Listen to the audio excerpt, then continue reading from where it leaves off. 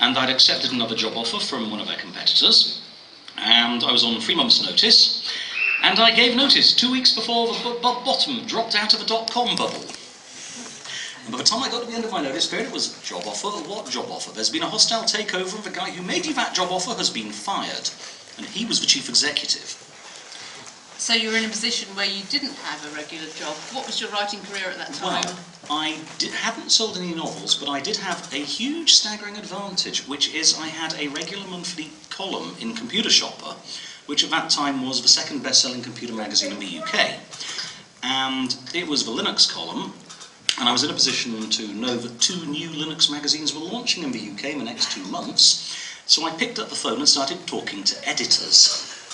And I went from 0 to full-time freelance journalist with a sideline writing novels in my copious spare time in about 6 weeks. I also went from 0 to credit cards maxed out in about 6 weeks, but that's another story. We'll come back to that. Paul, how did you... Well, this is my day job. But did you ever have a regular salaried... Yeah, briefly. And I decided I was a lecturer once. I'd spent a long time in university and being a researcher, so I was hopping from grant to grant. And then I thought, this is silly, I'm a grown man, I'll take a real job. And then I found out I wasn't a grown man, I was a mouse, and quit. So that's it. So basically I stopped going into work. Being an academic basically means that I'm still doing more or less the same sort of stuff, really. I just stopped going into an office to do it, I just went next door. And Mark?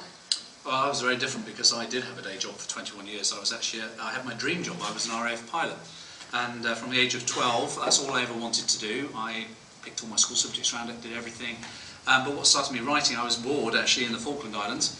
And I was not so much a writer as a reader. I read masses and masses of stuff over the years in all different genres, but I always loved fantasy. And when my navigator turned around to me because I was so irritable, he said, "Oh, for goodness sakes, Mark, do something useful, write a book or something." And I just thought, what a great idea. I've suddenly got all this time. So I made a deal with him that I'd write the first few pages to a book, and if he liked it, I'd write the rest. And he liked what I read, and so I carried on. But turning full-time didn't happen for quite a long time after that. But it's 2005, I think you're...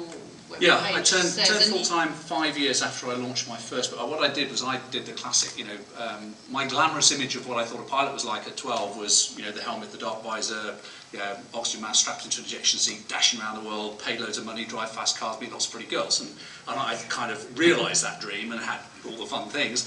And as soon as I'd finished writing a novel, I suddenly got another glamorous image that popped in my head, which is what a lot of people think is, you send off to the publishers, they send you a big fat cheque and a letter saying you're going to be rich and famous. And it doesn't quite work that way, as most people have probably found out if they're writers.